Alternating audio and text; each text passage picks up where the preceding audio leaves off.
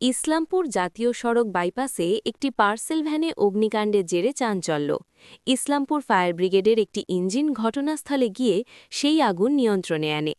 Fire ব্রিগেডের আধিকারিক বি.এস. লামা জানান, এই গাড়িটি হরিশচন্দ্রপুর থেকে শিলিগুড়ির দিকে যাচ্ছিল।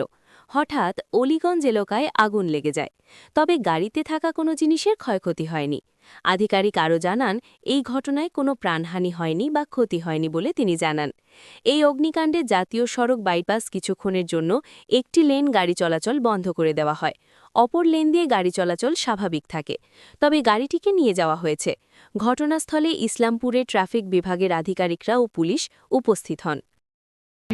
হ্যাঁ, আমাদের কাজ তো আমাদের কাজ তো ফায়ার ব্রিগেডের কাজ শুধু ধনসম্পত্তি জীবন যেখানে আছে ইনভলভ আছে ফায়ার অ্যান্ড ইমার্জেন্সি। আমরা যখনই খবর পাই তড়িঘড়ি আমাদের প্রাণ ঝুঁকি নিয়ে হলেও আমরা এসে স্পটে ফায়ার স্পটে বা রেস্কিউ জবে আমরা এসে আমাদের প্রম্পট আমরা উদ্ধার কার্যে বা অগ্নি নির্বাপনের ক্ষেত্রে আমরা ঝাঁপিয়ে পড়ি। একটা পার্ট তো বন্ধ করে দেওয়া হয়েছে, এর মধ্যে শিলিগুড়ি অভিমুখে যেটা পার্ট সেটা বন্ধ করে দেওয়া এটা বন্ধ করেছে, এখন বন্ধ করেছে। এখন ট্রাফিক মোটামুটি এখন প্রায় নর্মাল খুলে যাবে।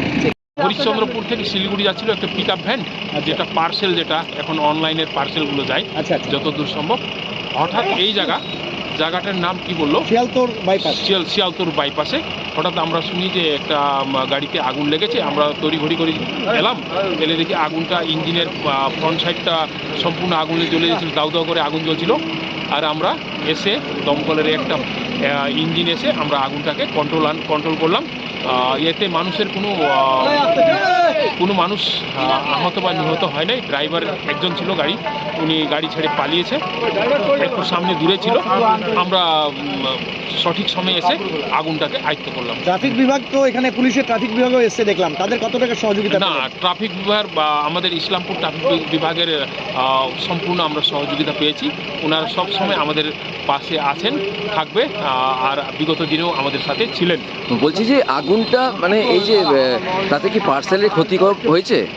পার্সেলগুলো তো কোনো ক্ষতি হয় না, পার্সেলের কোনো ক্ষতি হয় না। পার্সেল পিছনটা সিল ছিল।